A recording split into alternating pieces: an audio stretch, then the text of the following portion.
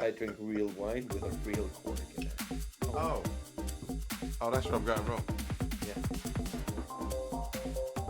Don't bite Cappy once because I want my cup of tea. You got time. I'll put a kettle on. It's just there. Yeah, please. I'll be right back. I'm gonna get some water I wish my countertop looked as nice. from the space future. Yeah. My Star Trek countertop. Yeah, no, basically when we first started doing this, I was laying on my bed, being lit by my TV watching Sky News.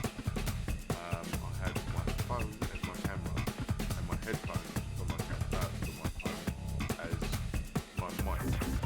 It's terrible.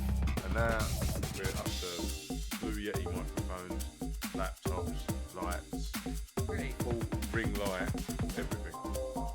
March 13th was my last live Zoom lecture, 2020. Really? Live lecture. And I had to take a bedroom and give all the furniture away and make it into a Zoom room. Yeah. This is not it. That's at my house. I'm at my daughter's taking care of their dogs right now. But isn't it mad how we've evolved just through the pandemic to get this sort of equipment to be able to communicate in this way? It's crazy.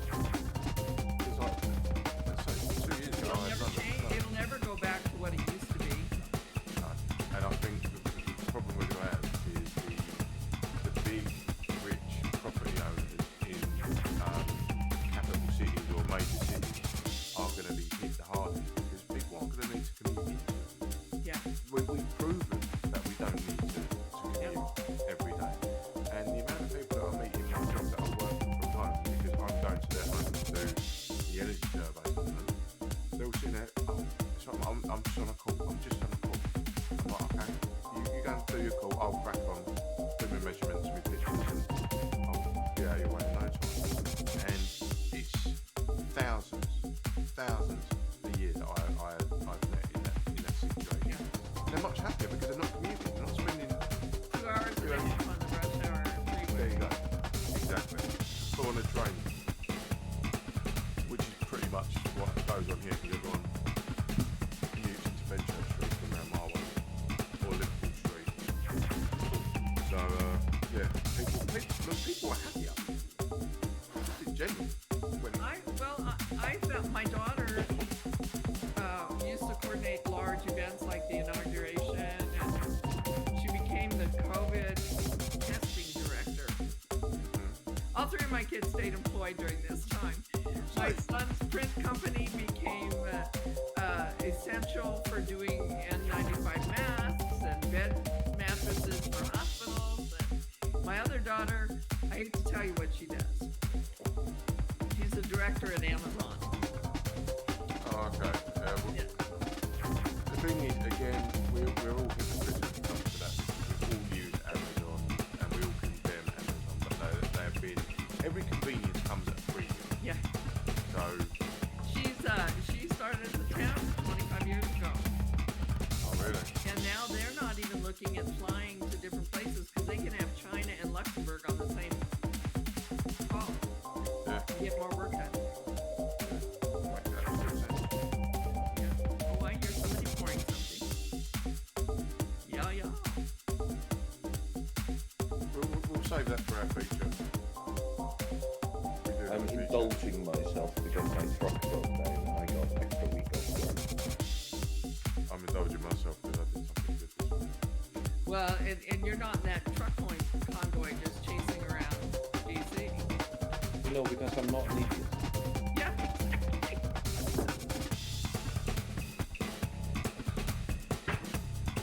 It's the same with the Ontario people. We can talk about Ontario, but to me it's just insane. Well, most of them were Americans. Even in Ontario. Where they came from, yeah. Oh, most of them were Americans protesting needing to be vaccinated to go across the border. But we And Alberta. Yeah, but they weren't really protesting that, were they? That wasn't really. It was just a fun gathering. Yeah. Canada seized all their money now. that have been raised. Yeah, Well done, Canada. yeah. Way to go, Trudeau. No, but if they tried doing the same thing, oh, sorry, go ahead, Mikey. No, Mikey, you're muted. Mikey, you're muted. I can't hear you. Aha! Yeah. Aha! Tim Bristol has arrived. And hello, everybody. Sorry for our tardiness. I will take Take your licks. 15% of the blame. I think the most of the blame for the show being late today, I'd like to place firmly in the lap of Europe. You guys need to get it together. Your time zone situation is problematic. Prime Meridian. There's more of us over here than people over there, so you're going to have to go with the group on this one. If there's two dogs tied to the same leash, one dog's a Great Dane and one dog's a Chihuahua, Britain, and there's a post coming up, if we're both running on opposite ends of that post, you're coming with us. But you blamed Europeans. I think there's more Europeans than there are Americans. Yeah, Tim, but you're Tim, not Google it. really European, are you? Oh yeah, you're not really. You're not really. Oh yeah, that's right.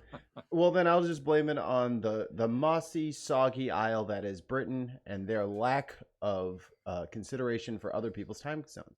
And I got a new computer, and I'm having a hard time trying to get all of the tech stuff to work. And I was in a blizzard. And Barbara was in a blizzard, so she is not free from it. Tim is also at fault because, I mean, food truck, obviously, the reason this isn't happening. And Jartan, thank you for being on time.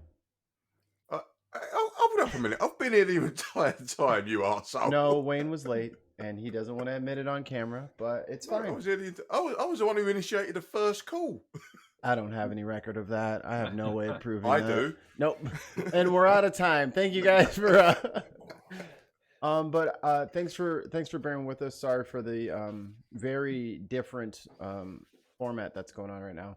But we have a very special guest. Of course, I'm here with Wayne, Jartan, and Tim. You guys already know them. But Barbara is here with us. Barbara, put yourself over. Maybe take 90 seconds. Tell everybody who you is. Barbara Coloroso. I work all over the world lecturing. Have done it for 53 years on topics like parenting, raising responsible, resourceful, resilient, compassionate human beings, parenting through crisis, death, murder, suicide, illness, divorce, step families, foster families, mayhem in the community, a book on ethics, raising ethical human beings. And then two of the most popular ones right now are The Bullied, the Not So Innocent Bystander. William Burroughs said it so beautifully, there are no innocent bystanders. What were they doing there in the first place? And then I worked in Rwanda with orphans from the 1994 genocide, where in 100 days, 1 million human beings were macheted to death because they were seen as less than human. And so I wrote a book as a companion to the Bully book called Extraordinary Evil, a brief history of genocide and why it matters. And my claim to fame, most of my books were bestsellers. This one was banned in Canada for a brief period of time because the Turkish ambassador was upset that I wrote 1/3 of the book on the genocide of the Armenians. And he ended up going back to Turkey. I'm banned from life from Turkey, and my book sold quite well. You ban a book, it sells well. So that's what my work is. And I work with young offenders, trying to get the juvenile, quote unquote, justice system changed to be more of a transformative justice system. But it all goes back to basic parenting. So I just to make sure that I got this right. So you wrote a book about Armenia, which the Turkish ambassador took offense to, and that's why it got banned in Canada. Yes, because the Turkish ambassador to Canada strong-armed the largest district in the country, the Toronto School Board, to ban this book from their libraries. And they did it because 1/3 of the book is on the genocide perpetrated by the Young Turks against the Armenians. And just before my book was going to press, Dink, a journalist, was shot dead in the street for having written 3 paragraphs about it. Wow. So with the banning came, And I felt embarrassed because Penn International helped me out. Many famous authors in Canada supported getting my book back in. And I said, but they put a fatwa on Salman Rushdie. I mean, they just banned my book, and then I got the death threats, and it was for real. So, Wow. yeah, but I stand by it. And now our country has actually, Canada had already done it, but recognized the genocide of the Armenians. It was a matter of recognition. And that's where a lot of my work has come from. 1/3 of this book is on that. And then the other third is on the Jews, the Roma, and the Sinti in the Holocaust, and then the genocide of the Tutsis.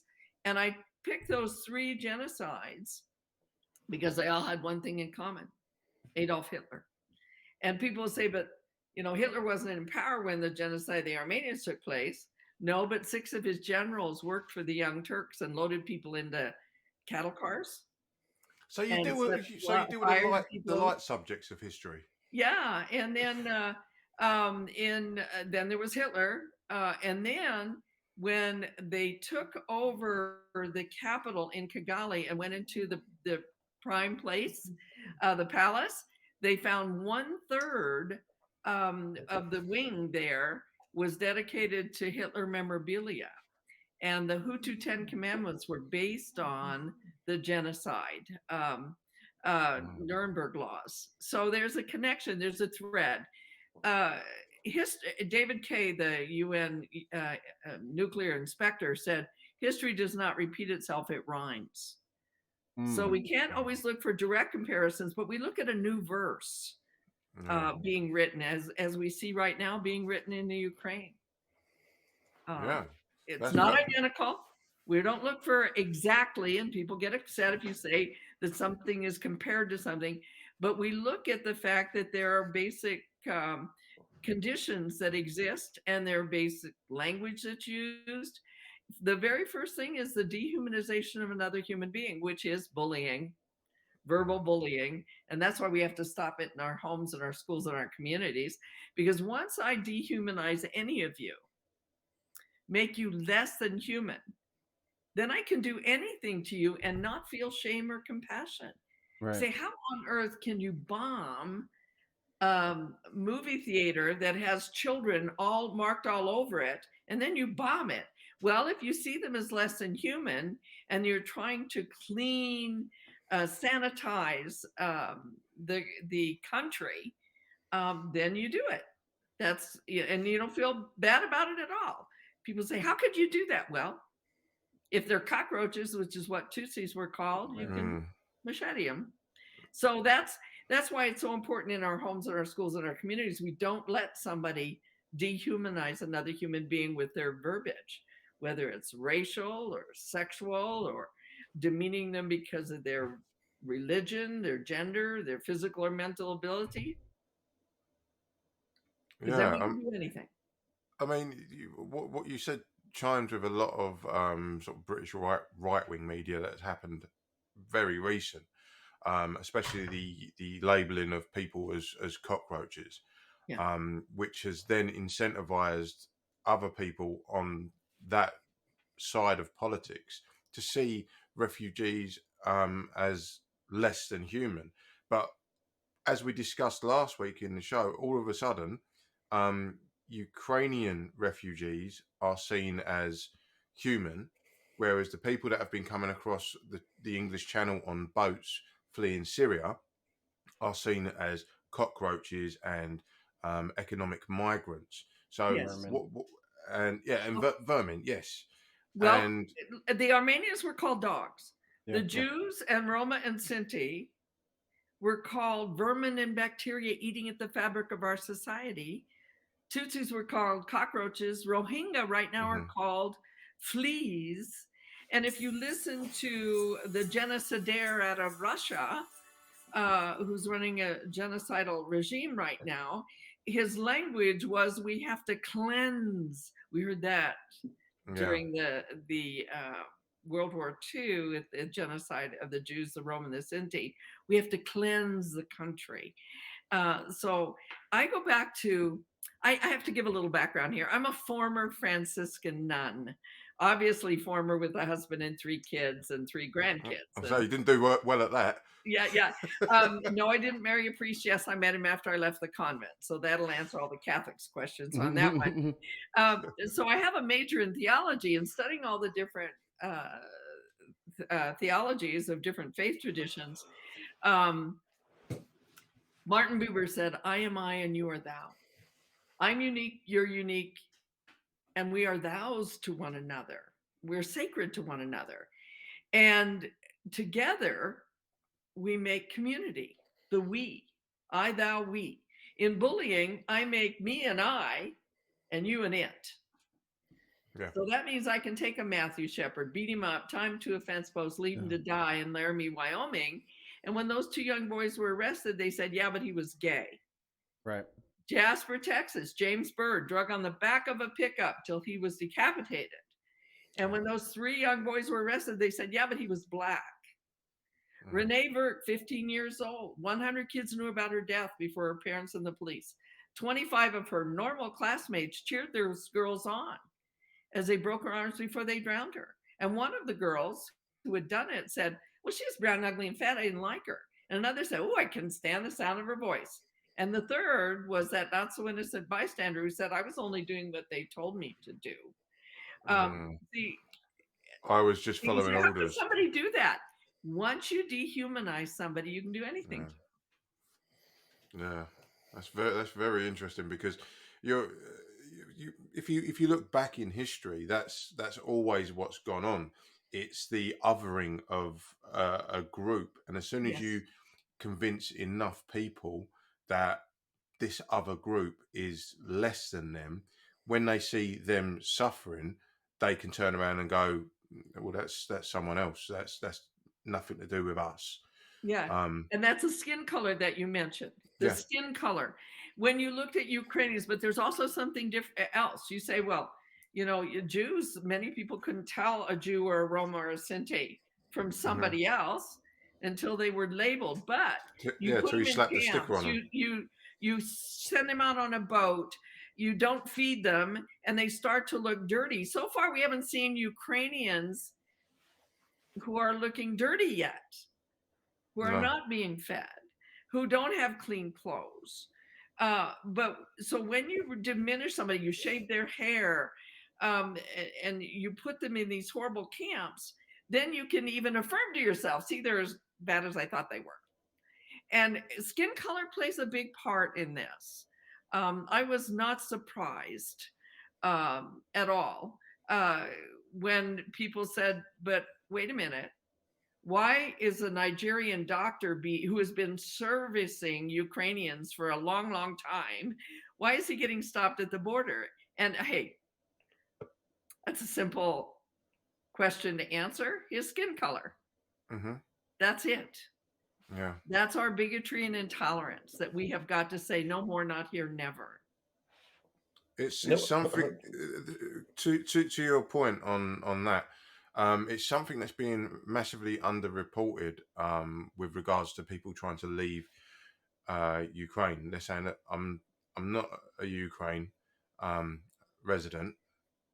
citizen, but the people at the border are saying, well, you can't go then. It's Ukrainians first, and it's like, well, yeah.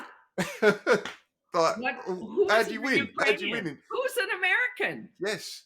How do you win in that dynamic? At a conference for fathers and families. It's been in existence for like 25 years. Phenomenal conference in LA. And a man showed on the screen, he said, now, you know, you're talking about, there were some people saying, well, Russia has a right to Ukraine. Well, you know what? Mexico would like to have a conversation with you about California and Arizona and Texas. And maybe the French would like to talk about that Louisiana purchase. And England might decide that, you know what? We want it back. And Russia can take Alaska. We didn't do anything. We were just sitting there on this little island, just doing nothing. We just kind of, you know, just chilling. Yeah. No. Bad weather.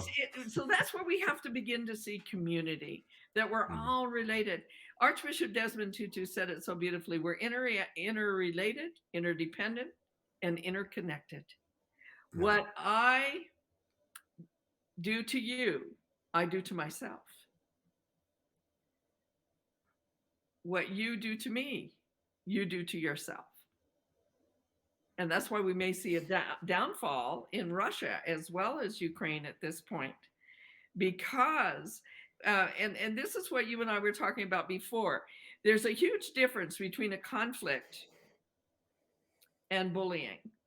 There's a huge difference between a war and a genocide. And the solutions to those are different. You don't sit people down to negotiate something if they're being bullied. It would be like me sitting down with you and I have called you gross names, I tripped you in the hallway, and I said ugly things about you on the internet. And you come to the teacher or to someone and said, well, look what they're doing to me. She's doing all these things. And I said, oh, let's be nice. Let's work together. Let's put the two of you together and work this out. You know who will win? The kid doing the bullying. Yeah.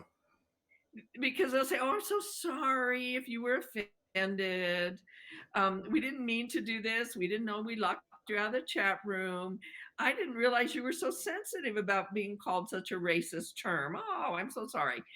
But you know right there, you're sitting there like the Dixie Chicks. I'm not ready to make nice, because you know as soon as the adult in the room walks away, Goes on again. Right back at it. Yeah. Well, when I worked in Rwanda, Romeo Dallaire was sent by the UN to be a peacekeeper. What do peacekeepers do? You remain neutral, impartial, and you work at the consent of both parties. And in 100 days, almost 1 million human beings were macheted to death. And so the genocidaire wanted to talk with, negotiate with Romeo Dallaire some peace with the people he had targeted with machetes. And it wasn't until the people who were targeted, Kagame, who was heading up the RPF, who said, no, they don't want to negotiate. They'd like to kill me. Oh, no, we're peacekeeping. We'll get together. And he said to Romeo, this is not a conflict. This is a genocide. And once Romeo heard the word genocide, it clicked for him that we are not dealing with ethnic rivalries. We are not dealing with a conflict. We are dealing with a genocide, wiping out an entire group. Yes, did some fight back? Absolutely. But it's not a conflict. And so every time I hear someone say on the news, or even somebody from the State Department, we've got to do something about this conflict, it boils my blood. Because I saw the graves of the almost 1 million human beings macheted to death. I saw them in churches where they had sought refuge and were killed. And so you don't negotiate this kind of thing. And we have to call it what it is. We call it a crime against humanity. War crimes have been committed all over the place by the people who invaded. And so let's not call it even a war, because the solution to a war lies elsewhere to a solution to a genocide. And the thing is, if you sorry, second. So what made the Armenian genocide such a controversial thing? What made people not recognize that, acknowledge that as a genocide? What happened? What was many times wars will mask a genocide, which happened. There was a war, World War I, going on, and it covered up the genocide of the Armenians. And they said, we have to take the arms away from the Armenians. We put them in cattle cars, and then we hauled them into the desert. We did horrific things to them. And the Young Turks, that was a body politic, the Young Turks denied any of that happened. Can we just say the Young? It's a conflict. It's a war. And so, but look, in Germany, there is a law against debunking the Holocaust, denying the Holocaust. Germany's a bit ahead of the game. In Rwanda, and the people that were complicit in that genocide, one of them just came to trial 10 years after the genocide, you know? But it was, how did we call it here? Ethnic rivalry. Then it's okay. They're dark skinned and there's ethnic rivalry. Yeah. But we had an obligation under the treaty, the sign for the genocide, that once you call it a genocide, you have to act. And the Rwanda, if you go to Rwanda, there are still people who will deny that a genocide occurred with all the graves. People are saying right now that the Rohingya aren't being killed. They So are. The do they say that Tigris, it was a civil Ethiopia, war? same thing. Do they just call it the civil war? Is Can that you what what? they say happened? A Are they civil war saying? is an excuse. Yeah, so they're saying there wasn't a genocide; it was a civil war. Is that Yeah. the excuse that they're using? Okay. Yeah, it's an All right. excuse. Okay. No, I was just unclear why there was such, because the only genocide in modern history that I know that has actually been a lot of controversy where a lot of people have denied it has been the Armenian one, and I was like, why is that Yeah. been so?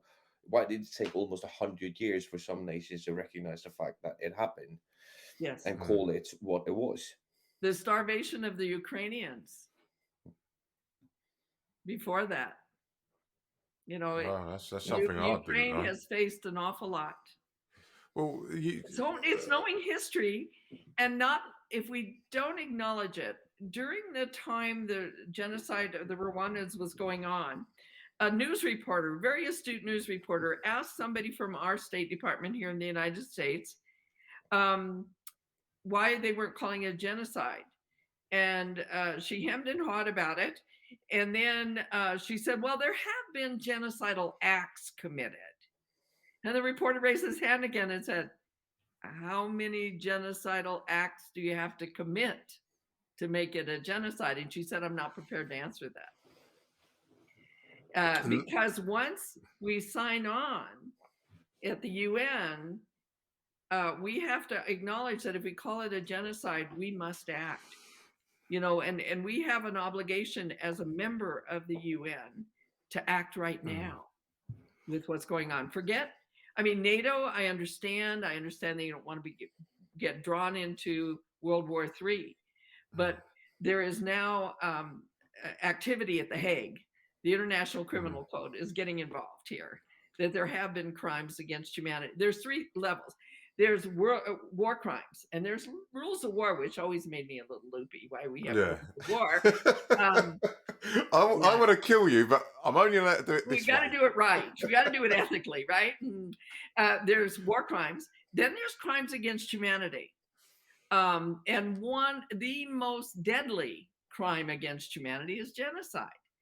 And the premise of all of my work is that it's a short walk from hateful rhetoric to hate crimes to crimes against humanity. It's no giant leap. Genocide is not an unimaginable horror. It was thoroughly imagined, meticulously planned, horrifically carried out by people who turned other human beings into its and made them contemptuous. You know, bullying is about contempt. It's not even about anger. It's about contempt for another human being. And there's often a smirk on the genocidaire or the bully's part, a smirk. It's an involuntary smile, because bullying is about getting pleasure from somebody else's pain. Yeah, the other thing is, looking at the history of Ukraine, is even the name of the region. I believe it's Slavic for borderland, and it's always been this kind of buffer between the Iron Curtain and Europe. So they've kind of been wedged in between, and Putin being a boy of the USSR has always seen it as this is our borderland. So instead of the eastern border being where Russia stops, he sees it as the western border of Ukraine where it stops, and that's why he's constantly been trying to get in there and nick it back, so to speak.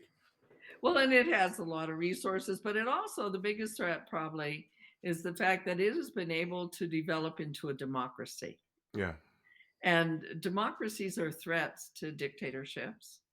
But Hmm. dictatorships need to be threats to democracy as well.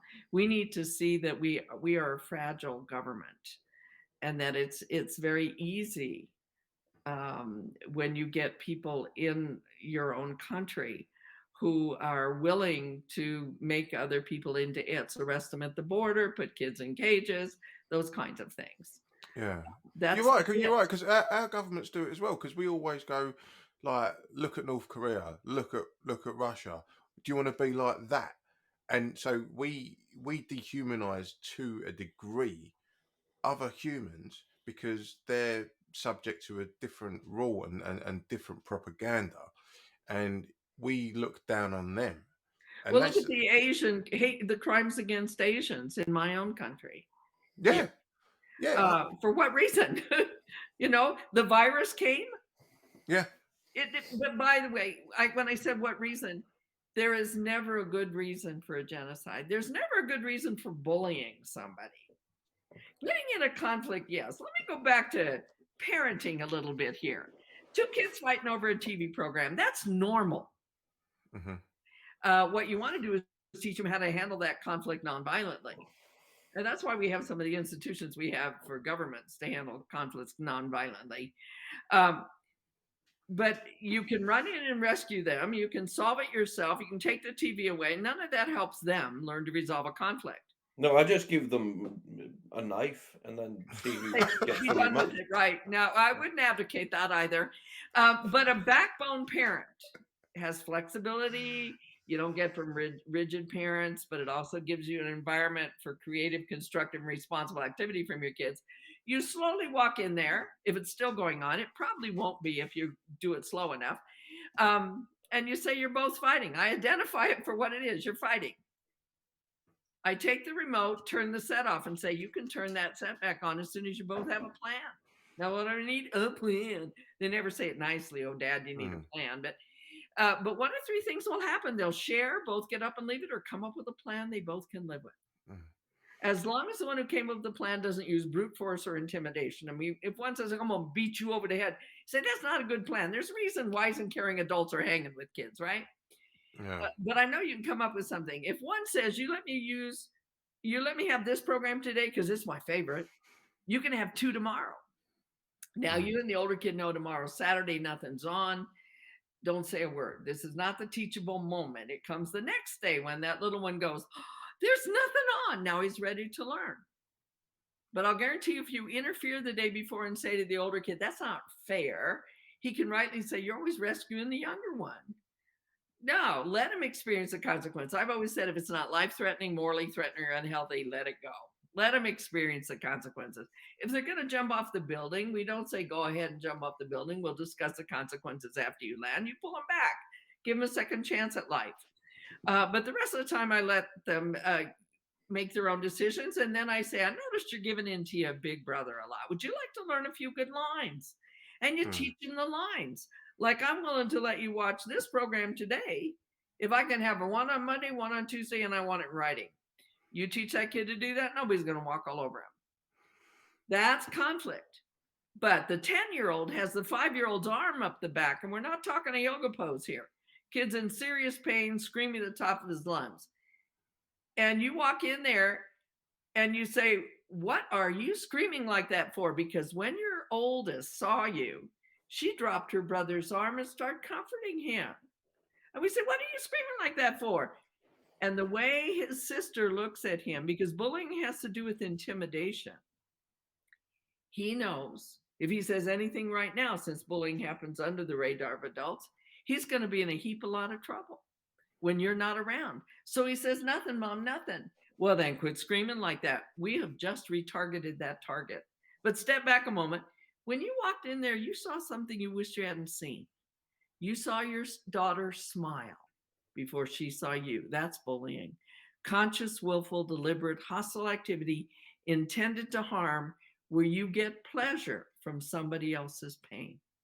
And Barbara, where have you written this down anywhere? Is there somewhere we could Yeah. Oh, what's the name of that book? Sorry? It's called The Bully, the Not So Innocent Bystander.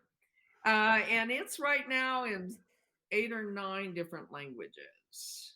And if none of Awesome. those things work, and I buy that book, can I use that to beat the shit out of the Yeah. kids? Well, this book here has a DVD that came before it that's called "Winning at Parenting Without Beating Your Kids." Oh, So, okay. so Cool. could you fashion And I'm that not into just sort of like a talking about throwing corporal star? punishment, although we could address that. But No. I always marvel when a parent of a 5-year-old goes, "Don't you ever hit your brother anymore." Yeah. Because what it says is if you're bigger, you can hit or find somebody smaller. But that's another topic. But it's so important that when we look at hate crimes today, what's a hate crime? Criminal bullying. Mm-hmm. When you rip somebody apart because of their race, religion, gender, physical or mental ability, the big 5 for hate crimes. Yeah. And I was just alarmed, and I have a Twitter account. Everybody's welcome to view it. I am alarmed on how fast those 5 things went. Can you do it again so I Yes, can race, actually get? Yeah. religion, gender, physical or mental ability. There you go. Those are the biggies that are covered in my country under hate crimes. Same here. And if bullying escalates, you create terror. Now, I want you to just look and think of Ukraine in your mind, or we could look at Syria, or we could look at the Rohingya, we could look at the Tigris in Ethiopia.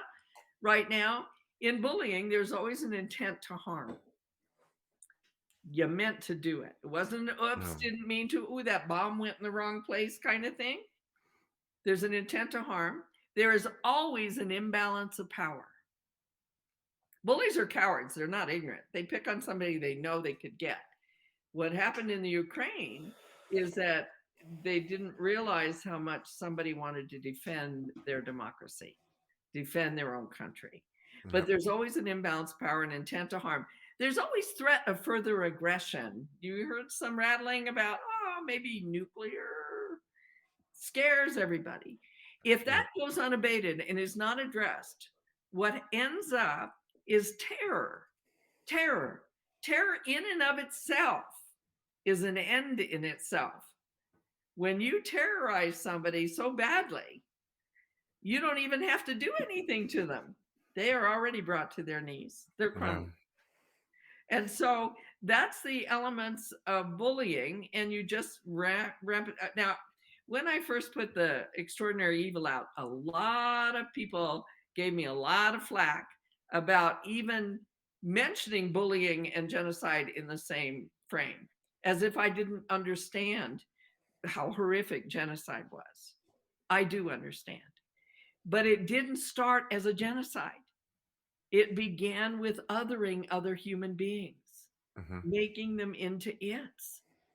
I was invited to the University of Butare, right outside of Kigali, to lecture to new teachers. They were just getting their degrees, going out in the field, all excited. And they wanted me to talk about schoolyard bullying. And I said, oh, really? University of Butare. Half the staff killed the other half in 1994. And half of the students were complicit in killing half of their classmates. And you'd like me to talk about schoolyard bullying? I said, only if you let me address that that's only the beginning. And then what you saw come to fruition in your country started as bullying, calling someone a cockroach, putting them outside a circle of concern. Can you give a bit of history on that, because that's something I mean, it's a gap in my knowledge as to that actual incident that you're addressing. Okay, in 1994, you mean the genocide of the Tutsis? Yeah. Okay. Well, it started with colonization. There were the Hutus. Oh, we know nothing about that. And some of it had to do, Tutsis were very tall, lighter skinned, colonized. They picked the Tutsis, so many of them were higher educated and the like. The Hutu were the minority and treated as the other. So when decolonization happened, the Hutu rose to power. And they had some scores they wanted to settle. And they didn't just attack people who had done them any harm. They decided as an entire group the Tutsis needed to be targeted. Wow. And so that built up, and there were a lot of practice runs.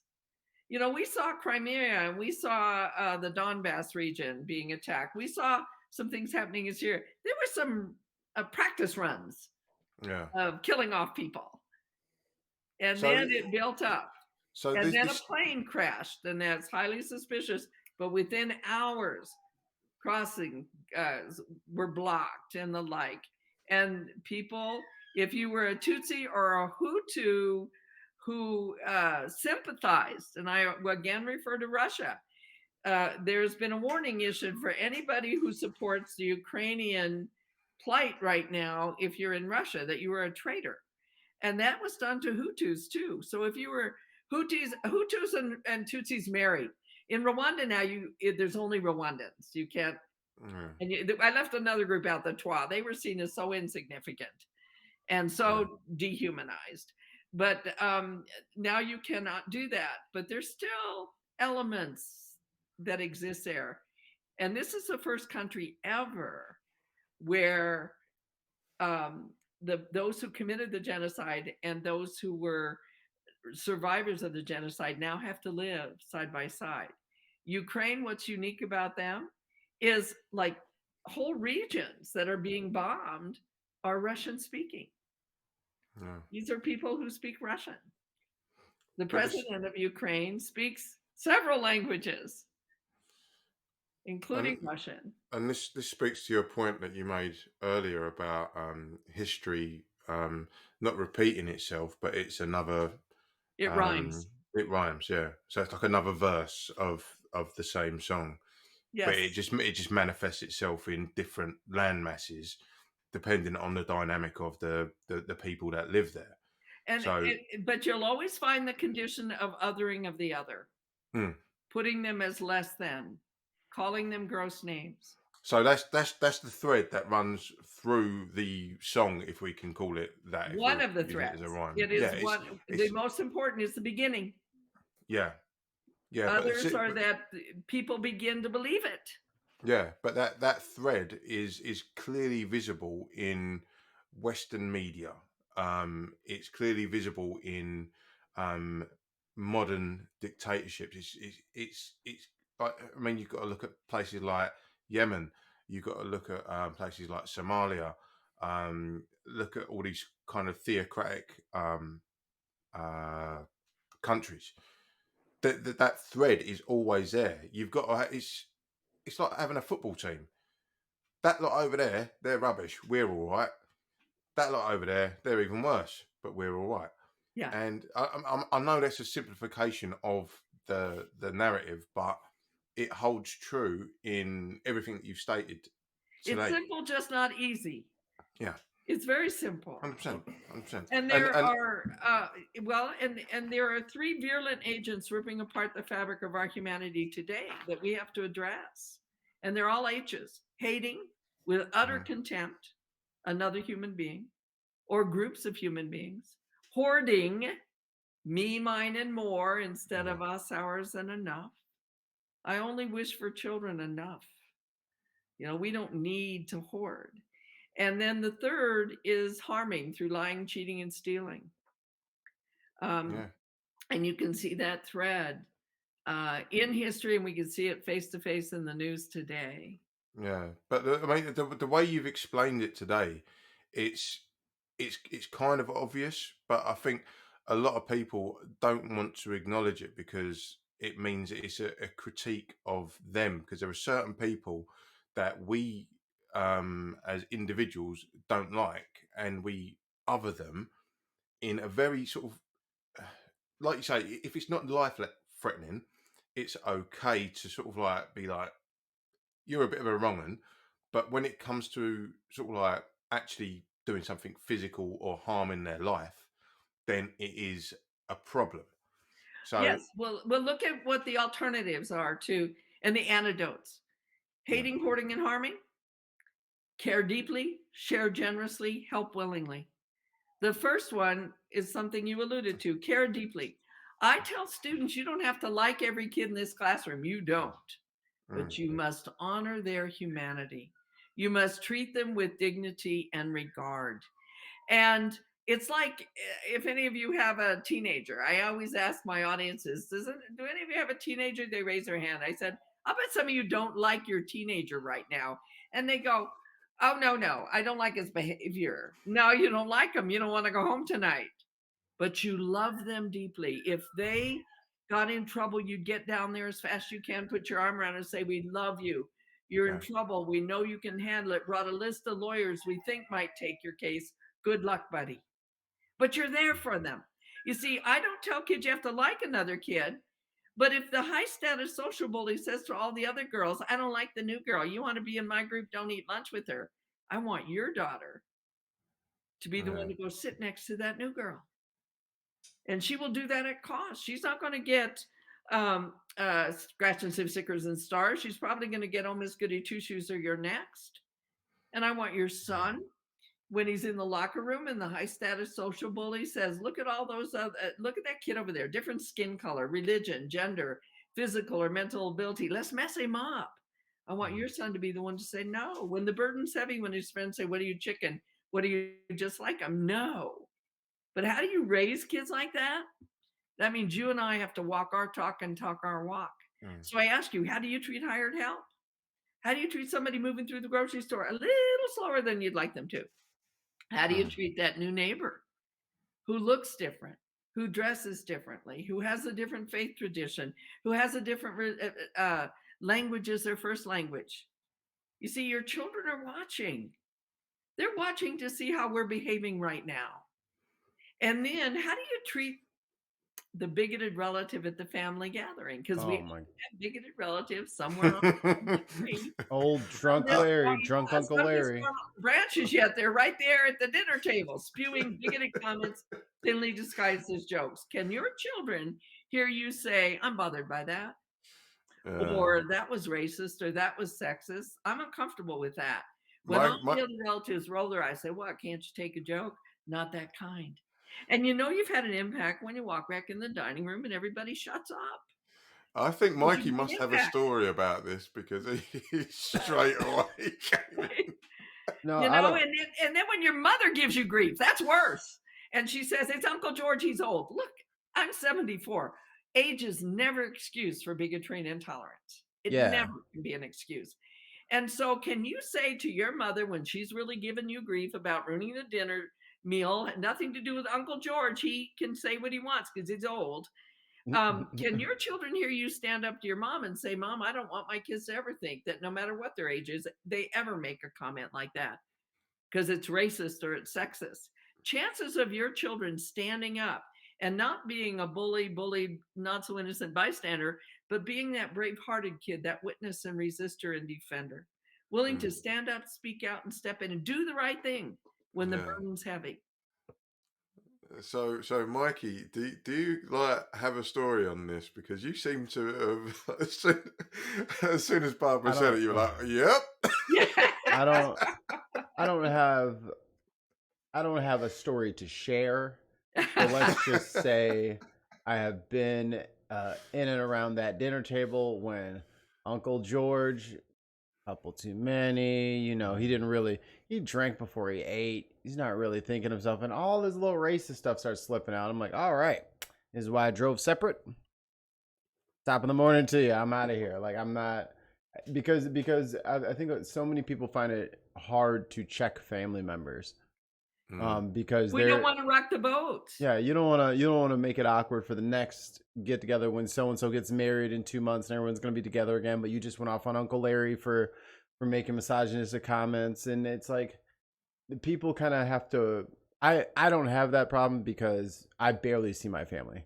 Like, I'll call them if I need something, or I'll call and check on them or something like that. But I don't do family gatherings and all that stuff because I don't like all the pressure that's attached to it. You're talking to your family right now, mate. Yeah, that's why I only do this on the video thing. Don't want to be around you guys for all and that. That's where Mikey, I've always said to parents when they say, you know, we've got a dysfunctional family that I grew up in. I don't really like having my kids around a drunk grandma or grandpa or grandparent mom, and I say, you know what? The arrow goes straight in the direction of your Mm. children. Your first responsibility is to your children and Yeah. keeping them safe, letting them see. Just I would often say, I would rather my kids have no memories than ugly memories of Uncle George beating up Aunt Lucy, Right. Mm. and keeping them away from that, and saying to a parent that you would love to get to know your grandchildren, but you'll never leave them alone with them. That's And okay. I just It's want to okay want to. because, as Cahill Gibran said, they are life longing for itself. They're gifts, and we have to treat them as a gift. And we have to make sure that arrow is going in the right direction. We're not unkind to our parents, but we also say, you know what? My job is to do a better job, and my children's job is to do a better job than me. It's called evolution, you know? Sorry, I had to mute my mic there. Jartan, I hope I'm not betraying any confidences, but you've said to me in the past you've had to have that conversation before when a friend or someone around you has said something bigoted or a bit naughty, and you've stepped in and had a word with them because they expect you to just be on board because you're you. Yeah, but it's also because Sweden is such a mono-ethnical country. Our society is 90+%, Caucasians. People feel, why is there a problem with us using a certain word? Because there's nobody of that complexion here to hear us use that word to describe a pastry, right? Mm. Um, but just when you ask these people, would you be comfortable saying the that N word for that pastry if there was a black guy in the room? No, I wouldn't. But then it's wrong.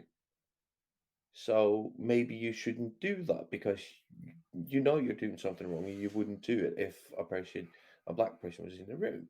And this is something that people kind of shake their head. They think you're kind of silly because there's nobody there to take offense. But at the same time, the world has been shrinking for the last 100 odd years. We are seeing people of different ethnicities coming into Sweden now. So I guess for me, it's more important to be, stand your ground before this actually evolves to a problem instead of waiting it for it to become a problem and then stand your ground. It's just easier to just go like, can you just call it its actual name? Because, there's chocolate and flour in there. There's no black guys Yeah, in there. yeah. So can you just don't Very call it that? diplomatically put. Yes. Yeah, so it's just a very easy thing to do, but I think that people feel very secure in Norway, Sweden, and Denmark because we're so monoethnical to use a Mm, lot of racial slurs in their everyday speech. And they can say, well, we've always said that. We've done that since the 50s. My parents did that. Yes, but you do know that, it was legal for your granddad to hit your grandma. There was no law against it. Things have mm, changed. Your grandma couldn't vote. Things have changed. We have evolved. What was it okay 50 years ago, 60 years ago, 70 years ago? It's not okay today. mm, So please just refrain from doing that. It wasn't Oh, okay then either, it wasn't but it okay, but it was, wasn't but it wasn't illegal. it was yes. acceptable. Yeah. Yes. I'm just saying that Exactly. just because something has been okay in the past does not make it okay today. Exactly. Um, uh, and I think it's very important for us to remember that going forward, and because our kids are going to grow up in a world where something that might be okay today ain't okay in 20, 30 years. Mm, So let's not take those bad habits that we had into their lives so that, yeah. you know, the only bad habits they have is the ones that we Yeah, they inherit from us. They inherit from us. Yeah. Yeah. So I think with what Barbara said about the othering of people, I think this is something that we do need to instill in our generation. I've got 2 kids, and I will damn sure make sure that they know what's right and what's wrong, and this othering of people over uh, things that you can't decide on. Skin color, religion to an extent, because obviously you can choose your religion. Um, Geographical origin, things like this where people are othered. I'm going to make sure that my kids are not going to look at someone and go, "Oh, you're different, you're different." And we say, let's look at what we've got that is the same, and let's work on that to build a relationship. Because if we concentrate on these things where we other people, all we're going to do is create barriers and put wedges in between our relationships. And recognizing in that commonness that we are unique. Each Yeah. one of us on this screen are unique today. We have our own gifts and talents and liabilities. Yep. And if I can be open to mine, then I need to be able to be open to yours as a thou. We need to be sure that we see that other person as a sacred person. I did write a book about that, actually. Oh, well, hang on a minute. Just because it's not wrong doesn't make it right. But let me give you a little history of this book. Make it big. You can get this one So- in so- Europe, so- and you what can book get was this. that? What was? Sorry. Yeah, it's called Just Because It's Not Wrong Doesn't Make It Right, Teaching Kids to Think and Act Ethically. And I've got a little clique guy here who's just my daughter's dog I'm taking care of, who's just wanting all the attention in the world here. But in that book, when I wrote it, I put an intro about a young boy in Rwanda who had 4 machete cuts to his head.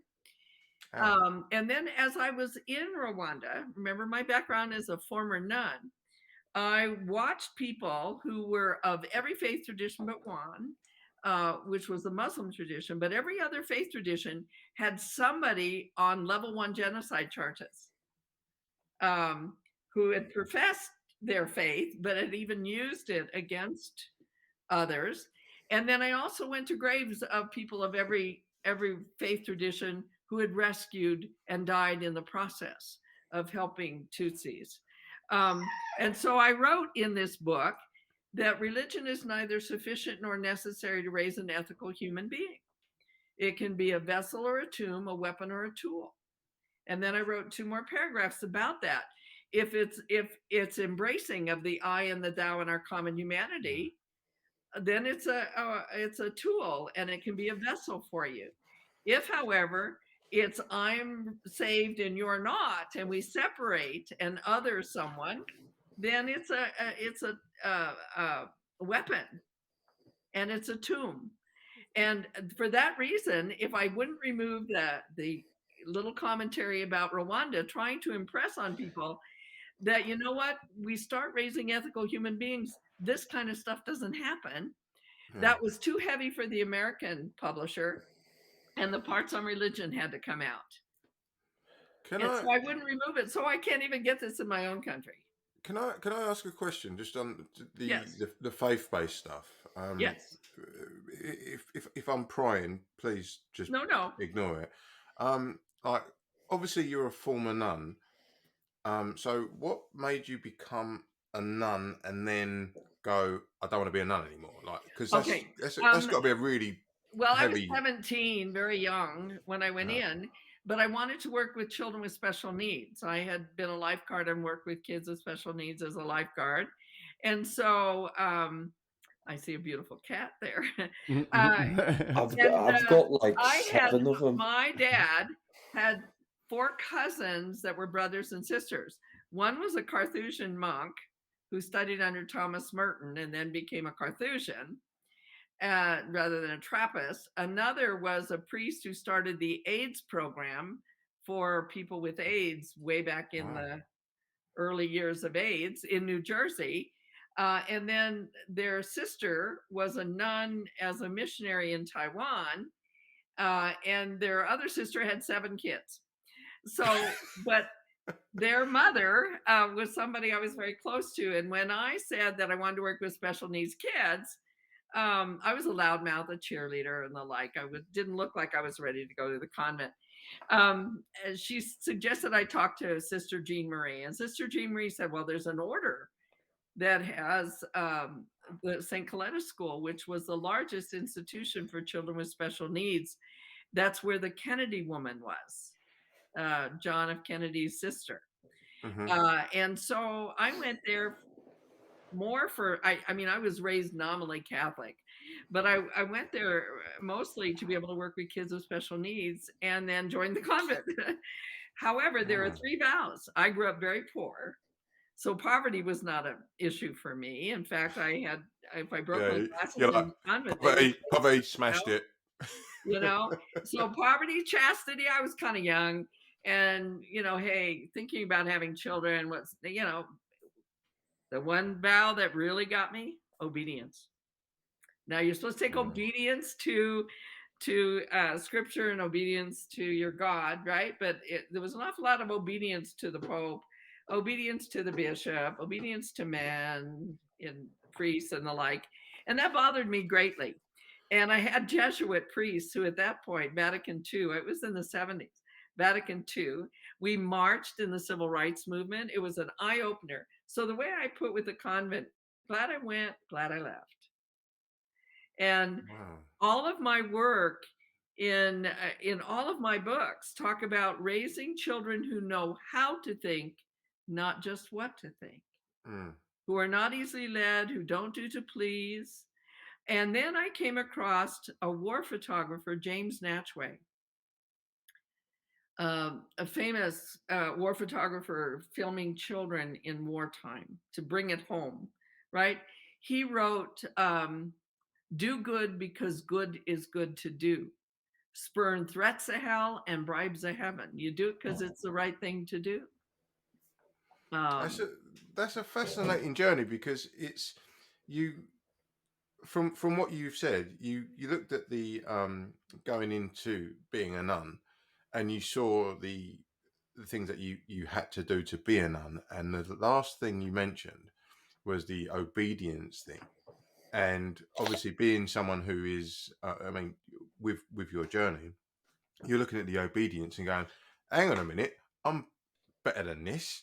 So you've seen it, you've gone in, bought the t-shirt and gone, do you know what? No, this is not for oh, me. the I'm out. veil, the I'm whole out. 9 yards, I'm out. 9 English I'm out. yards, actually.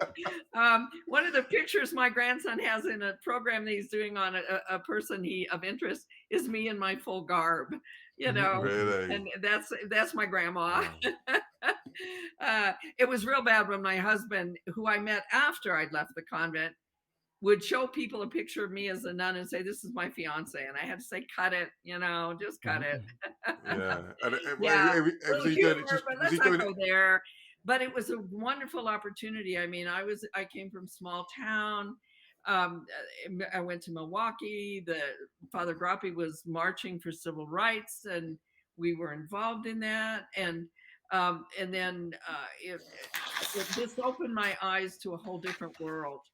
Um, and then during the bombings in Detroit, the National Guard was sent to Milwaukee before anything happened, Mm. as if it was going to happen, right? And the one group of people that people felt safe with were the nuns. So we delivered milk and goods to the inner city while it was being shut down. So that kind of revved up in me this need to stand up for those who cannot speak for themselves, and do this. So that I have to say, my theology and philosophy has held me in good stead. And I felt very comfortable writing that religion is neither sufficient nor necessary to raise an ethical human being, that it can be a valuable tool, but it can also be one that doesn't, that if it's used improperly, can really be Mm. a weapon. And religion has been weaponized against Oh, people.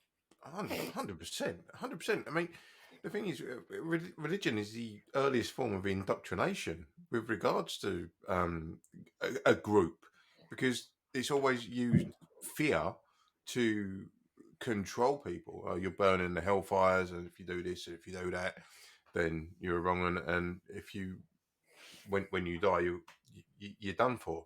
You know, you're going to hell. And that's what I don't think any logical person can really be fully religious, because you have to question all of those doctrines and all of that theology and go, is this really true? I think you can have a deep sense of connectedness to other human beings and that there's something bigger than all of us. Yeah. You know, and that's where I have arrived at. And we had an experience. Our kid's godfather was Father Martin Lawrence Janko, the priest that was kidnapped Martin in Lawrence Lebanon. from Bad Boys? You know, Father Martin, yeah, the seven Americans that were kidnapped, you know. And when he came home, having been in captivity for 18 months and tortured and the like, he's our kid's godfather. And he sat down with them in our patio, and he said, I don't care if you ever set foot in church again. I want you to care deeply about other human beings and share of your gifts. Be kind. That's it.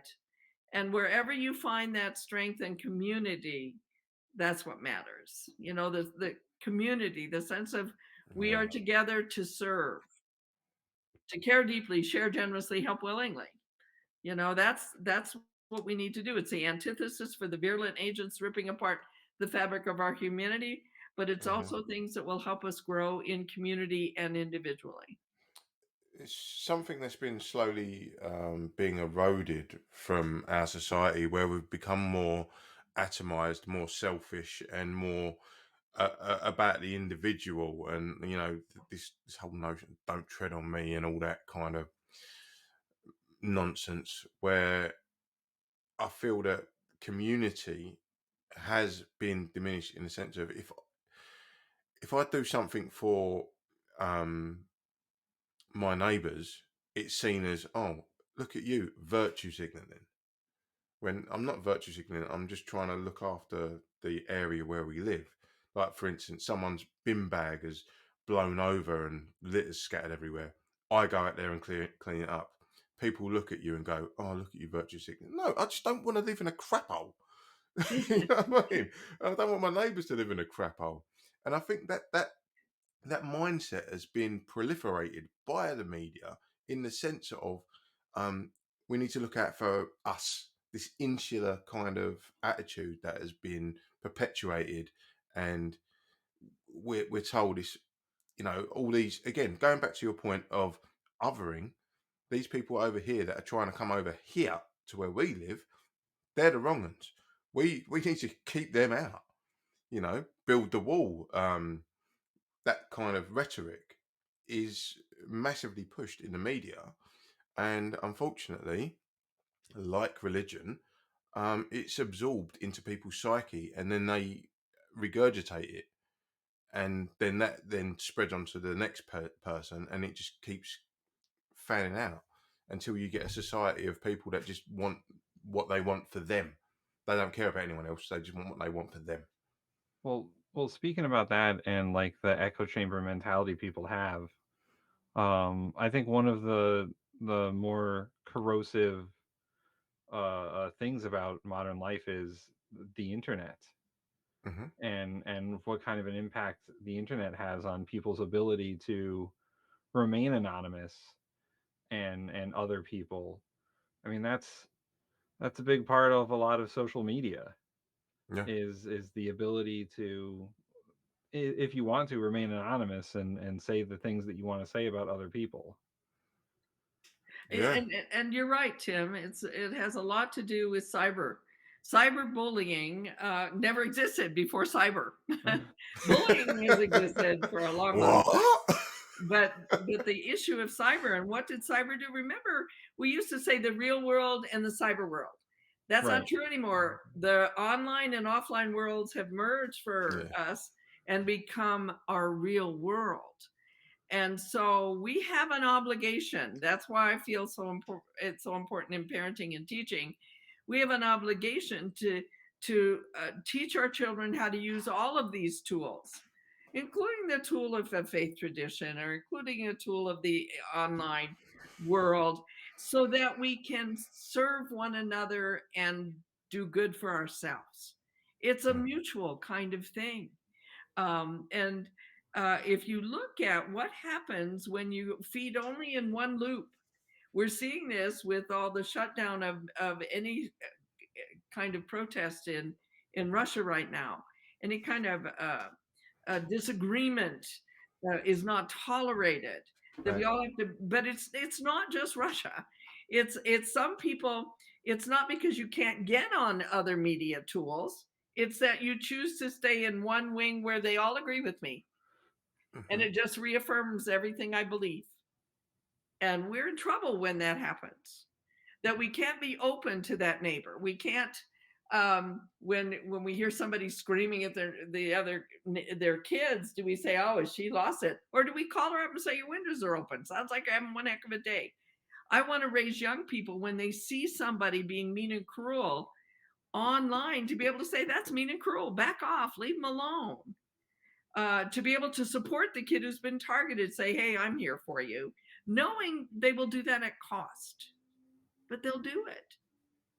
Again, I go back to the two extremes. You know, when you're working with little kids in school or teenagers in school, but also those who rescued people. I found there were two different groups of people during genocide who rescued. Those who did it right away, immediately. They saw a need and they stepped in right away. Then there was a second group. For instance, Schindler would have been in the second group, who got involved, but then when he came to know other human beings, he got actively involved. There were others who said, if I didn't belong to the White Rose Society, I wouldn't have rescued as many. I wouldn't have had the courage. But in the end, both of those groups rescued lots of people. Not enough, but they did everything they could to stop what was going on and to rescue the individuals, whether they knew them or not. I remember talking to two young adults after the genocide, some years after the genocide, and as 8 and 9-year-olds, they rescued an entire family of Tutsis and never told their parents. They fed them in a banana field and hid them. And when I spoke to them, I said, well, it's amazing because your parents are on level 4 genocide charges. Level 4 is where after the genocide had happened in a town, they went and stole the roofs and the goods of the Tutsis. So that's level 4. Well, level 1's the genocidaires. And the girl who was now a young adult said, but my grandpa rescued 60. And I said, talk to me about your grandpa. Oh, he would never let anybody call anybody a cockroach when we were growing up. So guess where they spent most of their childhood? With grandpa. And so it was already in them to treat other human beings decently because grandpa did it. So I think that's that need to connect. And Tim, you know, the internet can do it. The internet can connect people in phenomenal ways. It can also destroy people. Yeah. You know, calamity requires no proof. You spread an ugly rumor about somebody, you don't even have to prove it. You can just spread it and it's mean and cruel and ugly. Was it they say a lie is halfway around the world before the truth has got its boots on? Yeah. Whatever that means. Yeah, who wears boots? Jartan, you got on boots right now, don't you? We don't wear boots indoors because we're not, animals. You know you got some boots, though. I got some boots. I mean, you're living up there with like 3 days of sunlight a year. You definitely got some boots. He's like, I got some boots. You got boots. I have snow boots, and I had them on today because of the blizzard. And mine were made in Bosnia, former Yugoslavia. And it has a little thing on the bottom that you pull with a little key, and spikes come out. And then when you walk in the house, you pull it back up, and the spikes go up. Is that for kicking or for walking? For walking in the ice. Oh, she's got serious martial combat boots. No, my mum's got those. I love them. they're quite ingenious actually with the icebergs coming out. Yeah. Yes. Nope. I don't worry about falling. Yeah, that's good. That's good. I wanted to ask you a question because we kind of touched on um, the peacekeeping missions and the peacekeepers, and so how do you feel about the ISAF forces, the MINUSA forces in Mali, and all the UN peacekeeping forces that has been going around the world for the last 60 years? Um, do you think that they're doing any good, or should they? Well, I think one of the things the UN needs a little instruction in is the difference between conflict and bullying at a very basic level. And then from there, the peacekeeping mandates are good because as an adult with young people, if they're in conflict and it's truly conflict, they're both upset, they're both angry, they both want something, then you can remain neutral, impartial, and work to the consent of both parties. And there are some peacekeeping missions in the world that can do that. But so many of them, like Romeo Dallaire, was thrown into to keep peace when there was no peace to keep. And the way, in fact, in 1999, there was a research project done. It was called Inattentional Blindness.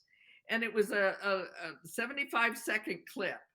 And what you were supposed to do is count everyone in white shirts that passed a basketball to somebody else in a white shirt, everyone in black shirts who passed the basketball to someone in a black shirt, but not if a white shirt to a black shirt, just white on white, black on black. And you had to watch very intensely to count.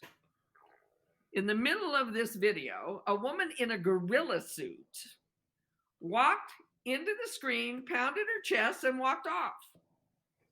64% of the audience did not see the gorilla, swore it wasn't there, that it was added afterwards because they were so intent on looking at the basketballs and who had a shirt on, white shirt, black shirt.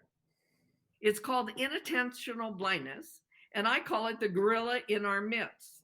That when peacekeepers show up and there's a gorilla called a genocide or a war crime, in war, the crimes that are committed are often crimes against humanity, that when that's going on, there is no peace to keep. The gorilla is pounding the chest and blooding up the whole mess. That's what happened in Rwanda.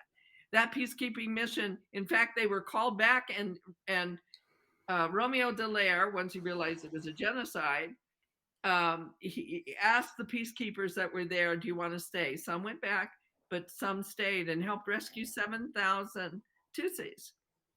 Now, almost 100,000 were, almost 1 million were killed, but those 7,000 are most grateful that, wow, somebody woke them up to the fact that this peacekeeping doesn't work here. So we've got to look at that difference. And I think the UN still fails to discern that difference.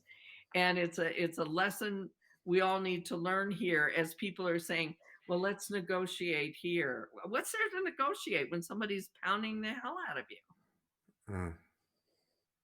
Yeah, my experience from that field is more again back to boots on the ground. I served abroad for a period of time, but looking back at it now, I wish that our mandate was quite different from what it was at the time that we participated in these conflicts, and the way that we did it was more defined, as you said. So I don't know how to do that, and but I do agree with you. I think that a clearer mandate and a more um, defined mission, as you will, would be beneficial for those who actually have to do the job on the ground. And not only defining the mission, but knowing that both parties coming together are coming in good faith, Yeah, and goodwill, that you truly want it resolved. You mentioned earlier that it's never a good idea to put like I'm sorry, I have to mute again. You mentioned earlier that it was not a good idea to put the bully in the at the negotiating table with just the bullier or the bullyee person being bullied. Bullied, yeah. Um, so what would be an adequate resolution to any sort of peace talks between the Ukraine and Russia? Who's the mediator in the room? Is it like someone from the UN? You don't mediate that. I firmly believe you do not mediate there. Okay. But what you do is the same thing I would do with young people, and that would be first of all, you nail the person who's doing it. Mm-hmm. No more, not here, never. That's mean. It's cruel. I'm going to take it from a child point of view, and then I'll escalate it. Okay. No more, not here, never. That was mean and cruel. You call them on it. Then you make sure that the targeted person is safe. I hear you. Right. I'm here for you. I believe you. You're not in this alone. It's not your fault. It's not. In thinking bigger term here, it's not your fault. There are things you can do. And that's where we empower them. And sometimes you empower them with tools. Right. And then there are always people you can talk to. There are always people that are supporting you. Then you go back to the person doing the targeting and you say, you got a job to do. It's 3 R's. And basically the International Criminal Court, Mm-hmm. there are 3 things: restitution, resolution, and reconciliation. Another, restitution. You have to own and fix what you did. You have to own it. I bombed a country. I aimed at civilians. I hit hospitals. I hit a theater that was marked children present. Mm-hmm. That kind of stuff. You own it. But you see, that can't be done with the other party sitting there. Right. This is the International Criminal Court. Resolution. How are you going to keep this from happening again? With a kid, he might say, well, I won't ever call her names again. I said, well, that's good. That's what you won't do. I want you to tell me what you will do. Right. And this is where somebody with some wisdom can give them ways to handle this. We did this somewhat in Japan. With it very much was more like a restorative justice thing with Japan, where they agreed to no nuclear weapons and the like, but nuclear energy, that kind of thing. Restitution, resolution. The last is reconciliation. It's at the behest of the targeted group. If it's racial or sexual or severe violence, sometimes that party never wants to meet the other party, and Right. that's okay. Kagami asked me, what do you do with people who will not go through a healing process with those who killed families? A couple, Isaiah and his wife Clarissa, both were orphaned in the genocide. He met with those who killed his family, and all he said, I want you to tell me where you buried them. That's what he needed. And you know what?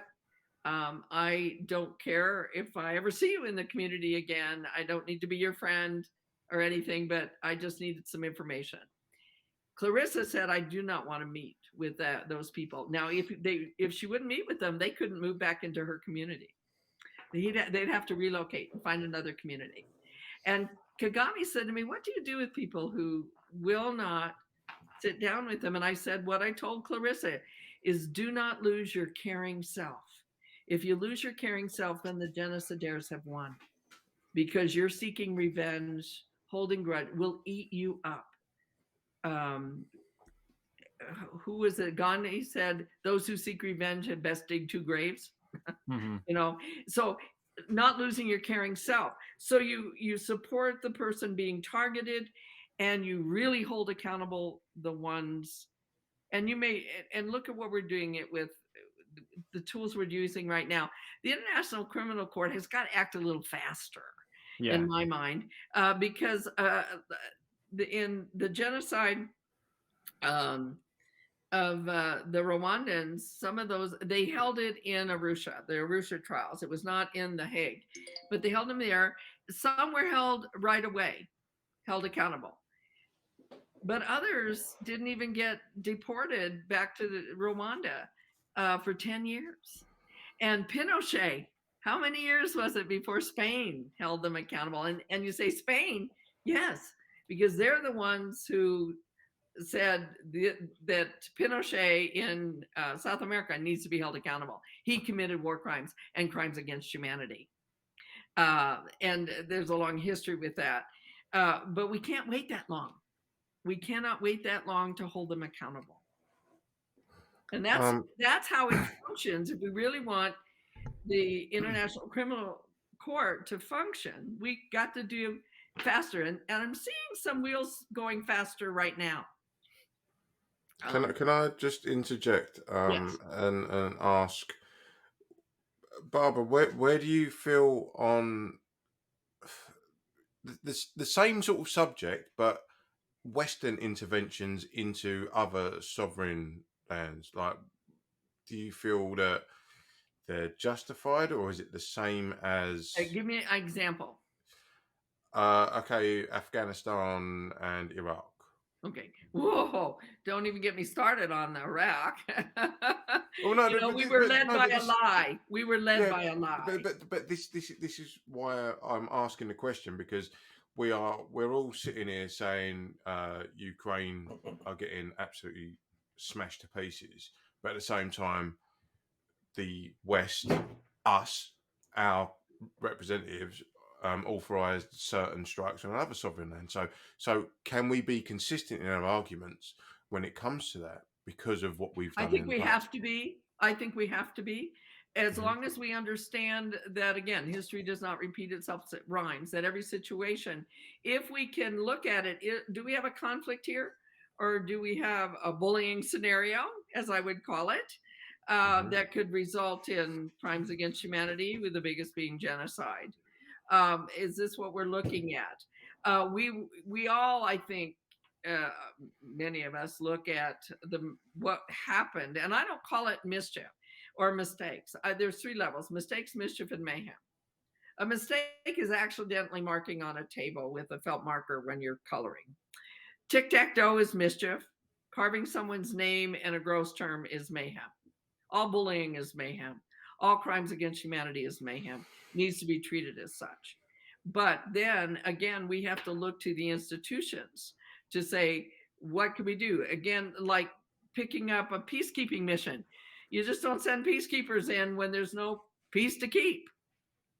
There needs to be a recognition that if we're going to function as a world community, I'm going to go back. Some of you may be familiar with Baha'i and Baha'i justice, and the Baha'i community, their international court there. And they have some tools in their own faith tradition that we can learn from. I think we can learn from these things to say, how can we make it work in the everyday world? And so, like Iraq, somebody wanted in there. And I was in Ireland when the shock and awe happened, and the headline in the Irish papers was against the U.S. for the shock and awe. The international community wasn't all lined up for this. And I go back to the Irish, they definitely were not. The headline with the bombing of Iraq. We have to look at different ways to deal with this kind of thing. We're dealing with our own terrorists within our own country right now. And are we going, hello, it's here. The president of Ukraine pointed out that we had our 9/11, but we also had an insurrection on the 6th of January. And we need to look at the hateful rhetoric that's going on in my own country, and begin to come together as groups. And Ukraine can be a source where we are saying, okay, why is that doctor from Nigeria who has been working in the Ukraine for so many years being stopped at the border? What gives? What do we have to examine about ourselves? what's causing this, and why can we take other groups and other them so horribly, and why? Barbara, is othering ever justified? Um, like I said, I don't like every person, but I will honor their humanity, even in like I believe the I'm not a proponent of the death penalty. And so I think with the international community, for the international court, uh, a criminal court, that we have to look at treating them with humanity and holding them accountable. You can do both. They're not an antithesis to one another. There's Okay. two hands, the arm of restraint and the arm of compassion. Both arms need to be present. Now, the arm of restraint may be longer for a period of time, but there must always be that sense that they are human too. Yeah. Sorry, Jartan, I jumped in on you there, Yeah, mate. no, no, Sorry. no. But I have more of a theoretical question. Uh, Okay. if you were, you know, the queen of the world, and we elected you president of history and all of that, I'm with how that. would you, how would you characterize the bombings of Hiroshima and Nagasaki back in 1945? Would you call My that, father was in that war. yeah? Yes. Yeah. So And would my you uncle call was in Pearl Harbor. would that Uh, be crime so against humanity? Would that be a I genocide? have a problem with the atom bomb, as many of the people who um, were at Los Alamos did. I've lectured at Los Alamos and talked to the people there, and there are those who say it brought people to their knees, and the war could end. Um, the other side of the world, the war ended without that, and the horrific things that were done. Some of my sisters in the convent were Chinese nuns who had to flee when the Japanese took over what's called the rape of Nanking. You know, um, I struggle with the whole concept of violence, and on such a huge scale. And now we're not acting because of a fear of nuclear. Mm. It's like that terror that I talked about is holding us back. But would that not then say that the West or America or the Allies created the problem that we're now facing? Because we don't want that happening to us, but we instigated that in the Second World War by dropping those bombs on Hiroshima and Nagasaki. Yeah. Because we saw the devastation. Everyone else went, "Oh fuck, we don't want none of this. Like, let's Yeah. just stop this." Yeah, but some of the people that helped develop that saw that immediately too.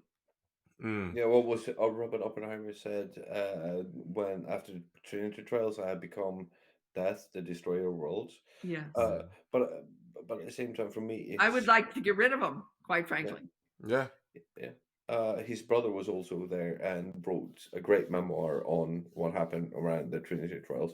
But the problem that I have, and the reason I asked the question is because about 135,000 people died in those two bombs instantly. Instantly, not many, many more after. At least twice that. At least another Mm-hmm. 270 to 300,000 died of the effects of the bomb. Mm-hmm. Um, most of them were civilians.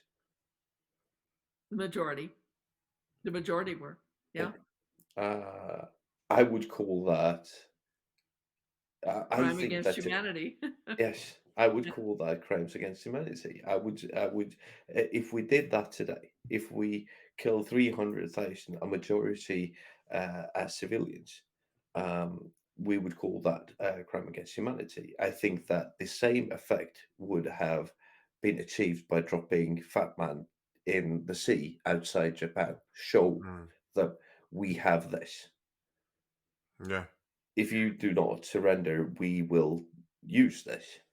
Yeah, Again, but yes, we're talking about terror, but you, yeah, but the But you problem. see, the international Lemkin developed the word genocide Raphael Lemkin, a Jewish man who witnessed what happened to the Armenians. Mm. People often think it was after the Holocaust. No, he wrote about the crime of genocide and wrote the documentation for the UN before the Holocaust in anticipation that something as grave could happen there. Wasn't the And UN but established after Second World War? yes, but Okay. the his document Oh, okay. was in reference to the Armenians, which many people don't know. Um, and if you go to kidsareworthit.com, I have the handout on that explains the genocide book, but explains that history of Lemkin, Raphael, and he struggled with that. And then we are not a signator to some of the issues that are going on right now. We have not signed on to, so we can't even file a complaint with the International Criminal Court So I because think we that haven't we signed on. are. I think that we are nearing the end. But before we leave, we did talk about something a couple of weeks ago, and you have two dads in this room right now. One of them, me. Um, I live in Sweden, 90 miles away. There's a world going on. I Yes. would like you to help me out because I have two boys living with us. They're 9 and 10, and they're scared. They're really scared. How do we talk to them about this? How do we explain what's going on? Because they see it on TikTok, they have social media, they see it on the internet, they hear about it, they hear parents talking about it, teachers talking about it. How do we explain what's going on, and how do First of we? all, we don't explain right off the bat. We ask them. We say, talk to, it's a line I use in lots of situations with young children. Talk to me about it. Tell me about it. I know you've seen it. You know it's 90 miles away from us. Talk to me about how you're feeling about it and what you know. Because it's like when a child's been targeted, who did it? When did they do it? Blah, blah, blah, blah, blah. Instead of saying, talk to me about it so we can find out how it's impacted that child. And what they know. And then from there, it's a matter of, I want to give you some information. And yes, mommy and daddy, or daddy and daddy, or mommy and mommy, we're all here. Grandma is here to help keep you safe. It's so important. And I saw it I saw it in Rwanda. I saw it in Ukraine. I've seen it in Ethiopia, where parents will play with their children to keep them, which is hard to do when you're suffering yourself. Play with the children to one legislature in Ukraine was playing a game of turtle whenever the bomb sirens would go off, the air raid siren, and play it like a turtle to make it a fun game. So when they're younger, but as they reach the age of reason, 7, and then as they're reaching their teen years where Oh they're so shit! much more 7 is the age exposed. of reason. Yeah, the age of reason, yes. Everything is why. Um, but at that point, you talk to them about what they need you you to do. Most important to know that you're going to keep them safe. And for people in the middle, in Rwanda, I asked several of the survivors what they did, especially with younger brothers and sisters, because the parents were dead. And it was a matter of to play with them and to then say to them, what do you know? What concerns you? How are you feeling? What do you think we can do? And this is the last step. What do you think we can do to help somebody? Because one of the best ways to relieve fear and scaredness is to get out and do something. For instance, when a child was targeted, their parents would say, well, I got him out of that school. I got him therapy. I did this. And I said, what's he doing? Oh, but he was the one targeted. I said, precisely, what's he doing? Is he working in a soup kitchen, Habitat for Humanity, a nursery? What is he doing to help himself heal? So with your younger children, what you want to say is there was an invasion, and I don't call it a war. I call it an invasion. There was an invasion, one country to another, and yes, they are hurting people. And I want you to know mommy and daddy are going to keep you safe, or daddy's going to keep you safe. And I need to know what you know. And do you have any information you're concerned about? It's more question than answer. And then reminding them that they're safe. And then saying, there's some kids, we have extra jackets here in the closet. There's some kids that can use some jackets. So let's do that. Any way that we can feel helpful matters. But, and when they're teens, to be just real, talk to me about it. What have you found out? How are you feeling about this? What do you know about the politics involved? And listen, and then talk to them about where you're coming from and how you're feeling about it. And then let's see what we can do to help someone. One of the best ways to heal ourselves is to help someone. The best way to deal with fear is to help someone. Does that help? Thank you so much. Um, and before we end, I would like to admit something because I have been made aware of the fact there is some inherent racism living within me. I am affected more. I have to admit that when I see people who look like me, who I can relate to, like I can to the Ukrainians, I relate to that more. It affects me more. It's not just about geography, and I have to admit this. Um, I don't see myself as a racist. I don't believe that I am a racist, but there is some sort of, I don't know if it's just the fact that I can relate because they look like me or what this is. And I think it's sad that very few people in Sweden and Norway are willing and capable of admitting that it affects them more because the people who are now affected looks like them. So And I that's my think admission. I have to say I'm biased. I think it's more of a bias that we have. If that moves on to prejudice, because you first categorize and then we have a bias, then we stereotype. I happen to be biased toward short, dark Italian men. I married one, and those are Me real too. biases. No, We look at them. You have beautiful body art. There are some people who find that bothersome. My son got his way through college designing those beautiful body arts. you know it's our own. If you recognize it's a bias you hold, we all have biases. It's But that we it's don't allow it to I've- become a prejudgment of other human beings. yeah, that's exactly the point I was going to make.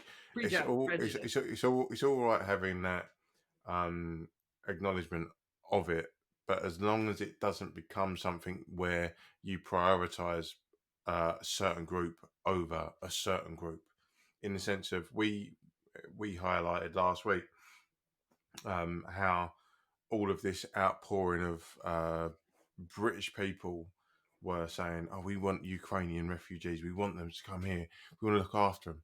But the week before, the Daily Mail was like looking at brown folk in dinghies coming over the English Channel and going, "No, don't want them.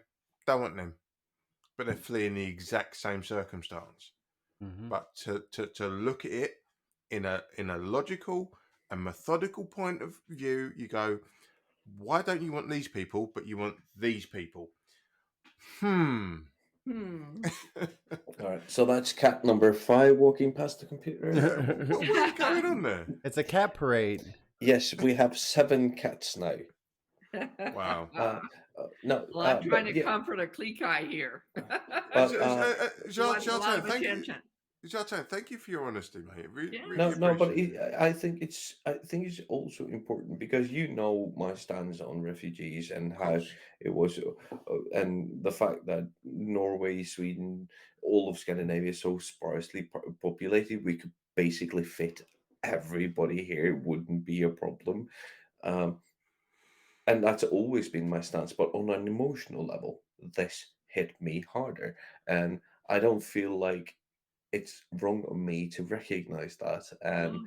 I've heard very few do it. I want to give a shout out to Henrik Johansson from a podcast that I really love. He was one of the first people that I actually heard say it out publicly. Like, there is a bias within me, and this hit me harder because they look like me, because they are like that. And he's one of the most high profile anti-racist people we've got in this country. He's been working with on this for 20 years now. But even him, but having the courage to say, yes, there is bias within me. I have it. Um, We all have it. Mm-hmm. I think But it's that's being open to other human beings yeah. and saying, what can I learn from them? And we took in 21 Bosnian refugees during the war. Serb, Muslim, and Croat. Boy, our first Thanksgiving was an interesting adventure.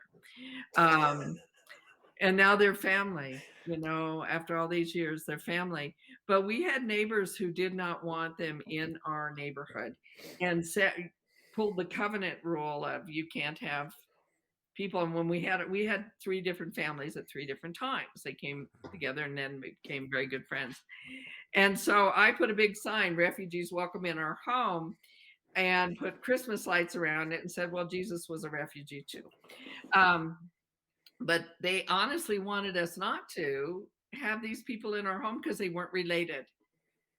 That was the one excuse. And I said, fine, I want a public meeting and I want them there to meet these families that came with one bag. That's all they own after one bag.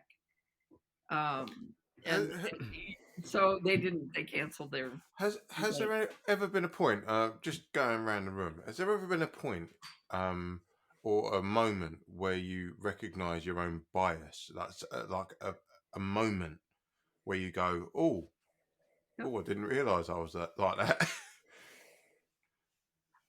I certainly have. And what was it? Mine was, again, I'm drawn to an Italian. I came from New York, but I didn't know there was a bias. Italians and Irish didn't get along.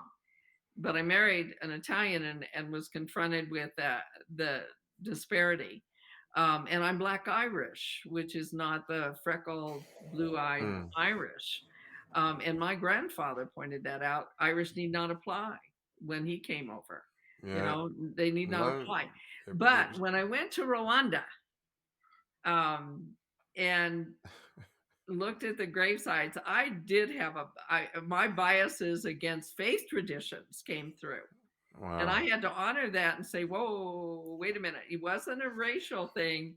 It was a religious thing, having come back from the convent and to go see people on trial who professed a faith tradition and then opened their doors, a bishop opening his doors so that the Hutus, the genocidaires, come in and machete hundreds of people to death.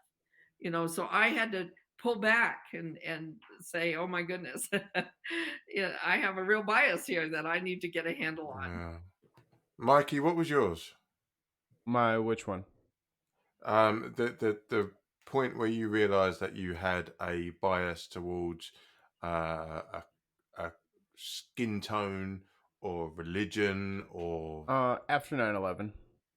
Yeah? I think there was some anti-Muslim blood pumping through my veins, and Team America and all the fucking patriot bullshit that we were all force-fed had us really thinking that all brown people were out to kill us. Right. And I'm not saying it was like a decade-long quest, but there was some months there I was like, what am I talking about? Like, why am I so mad at these people have nothing to do with this? Like, what's going on with me? Just use it as a moment of an introspection. Tim? Let's see. I would say, I mean, most recently, Yeah, I know you hate Swedish people. You can move on. most recently is I realized my bias towards Wayne, and no, but we talked, I don't know, probably about a month ago about how I took the critical race theory class as part of my master's degree, and that was actually a big moment for me to realize that I did have biases And especially there's a lot of bias in academia Mm. and in the colleges when it comes to people of other races, and just learning about all the different kinds of implicit bias just in college is it was kind of eye opening to see.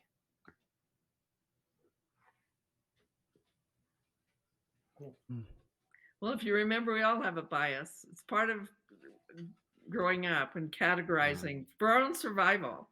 But it's when it pushes to going from categorizing to stereotyping to prejudice to bigotry and intolerance. That's where it's got to Yeah, recognize there's normal in categorization and there's Yeah. normal in bias. It's does it handicap us in relating to the other?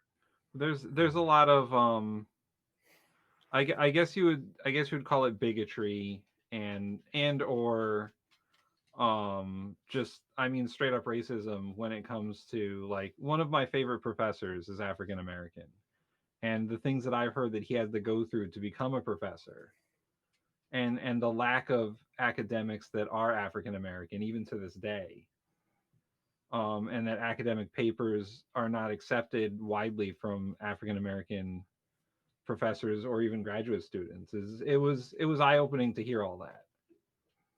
Can we all just bow down to Neil deGrasse Tyson right now? The best scientist in the world. Yeah, no, it's I think the fact that if we can, it's like alcohol, AA, right?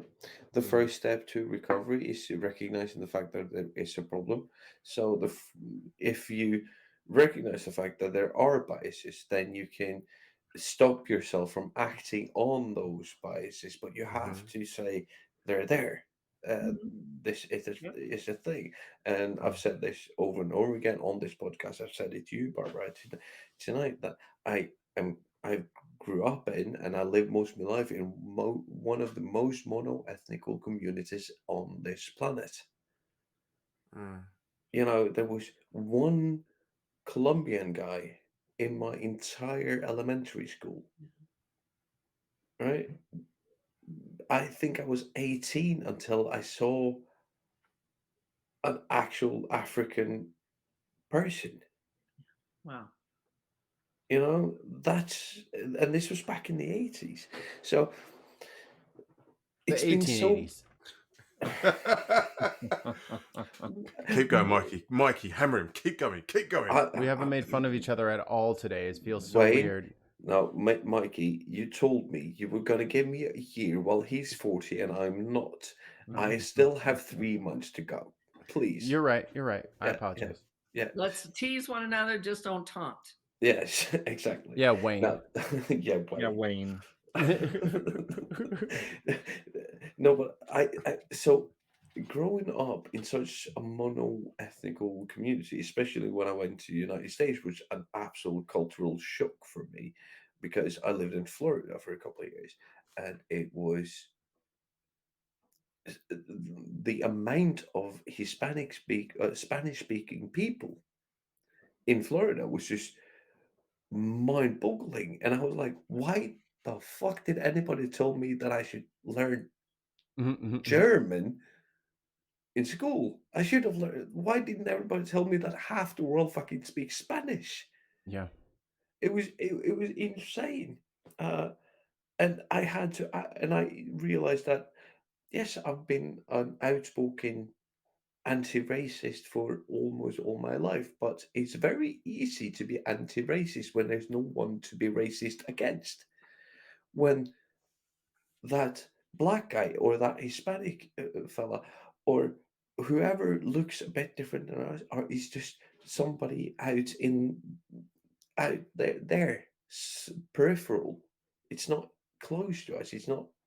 It's so easy to say I'm not racist, and then when you get exposed to it, you go like, "Holy shit!" And then you have to actually see what those values are worth, and if your values are stronger than your biases. So that has been an experience, and yeah, Oh, and mate, quite a bit of a thanks for road. that. No, thanks for that. But you're not alone in that that experience at all. And let me share something with the group as well, Sure. as we're doing it this way. I have the same thing. I'll see a black guy and make an assumption about him. I'll see a white guy and make an assumption about him. I'm a mixed race person, as the common vernacular is. But at the same time, when it comes to like a boxing match, I'll find myself wanting like the black guy to win for absolutely no reason. No reason. I'm sitting there going, "Go on, mate, go on." And at the same time, I'll go to the shop and see a group of black kids and be wary of them and like be like wanting to be ready for a fight. Do you know what I mean? We all have these influences, these mixed messages that we get pumped into our heads that subconsciously condition us to believe things that are not true. And Systemic racism. It's in the yeah, it's weird. system. It's It's weird, in the that isn't system. it? You know, it It's weird that. exists. It's there. And I'm Black Irish, and I did not know that, until I got my grandparents' perspective on, Irish need not apply. That Yep. every group that No has dogs, no immigrated blacks, no has, Irish. That you was know, that was the thing in the 70s. yeah, and it's that my husband was considered Black. The Elks Club considered Italians Black, Yep. especially if they were from Sicily. Sicily. They were considered. So what makes white? Yeah. What It was makes the you old Caucasian? it was the What old one makes drop rule, wasn't it? The old one drop. Yeah, and on my secretary's daughter, who's my godchild, is Chinese, Thai, African, and Japanese. And the school district, my secretary from Japan, said, "What do I mark on her form for school?" And my husband said, "Human race." Of course, it wasn't there, right? Yeah. Human race. And so the school called. She wrote it. The school called and said, "We need to know what ethnicity she is." And so she said to my husband, "What do I do?" He said, "Ask them which group will give the school more money." Yeah. And write it down, because that's what we're going to see pretty soon. I mean, she's Chinese, Thai, African, and Japanese. What is she? She's I gorgeous. yeah, You know? she's a beautiful human. Beautiful human. Yeah, beautiful And that's human. That's what she is. that's literally what I write when it comes to them sort of ethnicity boxes. I look at them and go, "Oh, you're this, you're this, you're this." No, no, I'm a beautiful human. I'm literally in the box where it says "other." All right, beautiful human. Yeah. Deal with that. Yep. Then they'll call you and want to know. They'll be Yes. like, No, I think it's a matter of, again, I go back to the Martin Buber, the thou, seeing every human being unique. mhm, Their skin color, their makeup, who they came from, who they're being raised by. All of this makes them unique. mhm. My three kids are like day, night, and afternoon. Yeah. They're all different. And If you took my sister and my children, sorry, my sister's children and my children, and stood them all along next to each other, they look like a color chart. But they are all beautiful humans. yeah.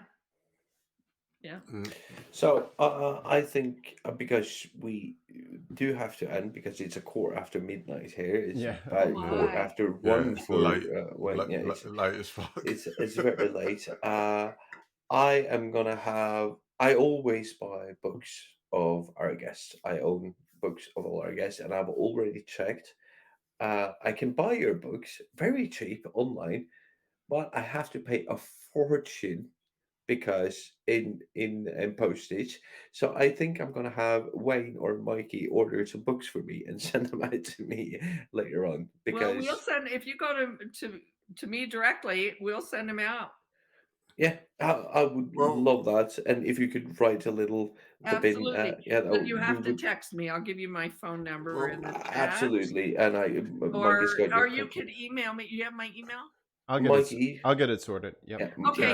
And then I will send Barbara, them to you. if you send Yeah. them to me, because there's stuff I need to send to Jartan as well. I've got a box that I've got to fill up and send. Yeah, I'll send you an address, and we would love. I love to have our friends. Do you want Folks, it in Swedish?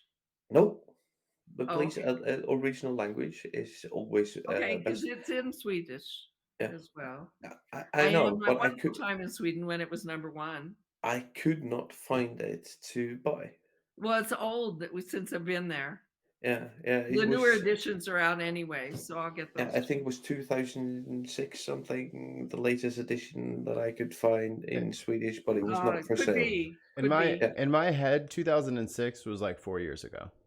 I know. Do you know how scary is that? It's 2022. No, What it's is going? 2010. It's like the spring of 2010 in my brain, just permanently. I'm just I stuck lost 2 there. years. I lost 2 years in the pandemic. It's hard for me to It's figure out. mental. It is Yeah. absolutely mental. Like, oh, this song came out in 2003. I was like, it's only the other Well, I week. want to thank every one of you for the dialogue. I've thoroughly enjoyed it. No, we want to thank you. Yes. Oh, 'Cause- it's been delightful. no, amazing guest. Thank you so much. and Oh, we'd love to have you back on the Yes. later stage to 100%. talk about more, because yeah, as I said, me and Wayne, we're parents. We probably are gonna have a million questions over the next like 2 or 3 years that we want Mhm. to ask you. Happy Even to. though, even though my oldest is 23, I still have no idea what I'm doing. My oldest is 23 as well, but she's 7. Yeah. So, Same You're thing. never done. You're never done. absolutely not. Like it was even Mm. easier when she was 8 or 9, and now she's 23. Now she's got a car and rent and bills, and Oh you God. know, Jesus Wayne Christ. forgot about that. Mine are in their Oh. 40s, and I'm a Mobile grandmother. mobile pay is killing me. So, Barbara, for all of us here at the Bin Podcast, for Tim, for Mikey, for Wayne, and for, of course for me, Chartal, we thank you so much. This has been the Bin Podcast. We bid you farewell. Bye.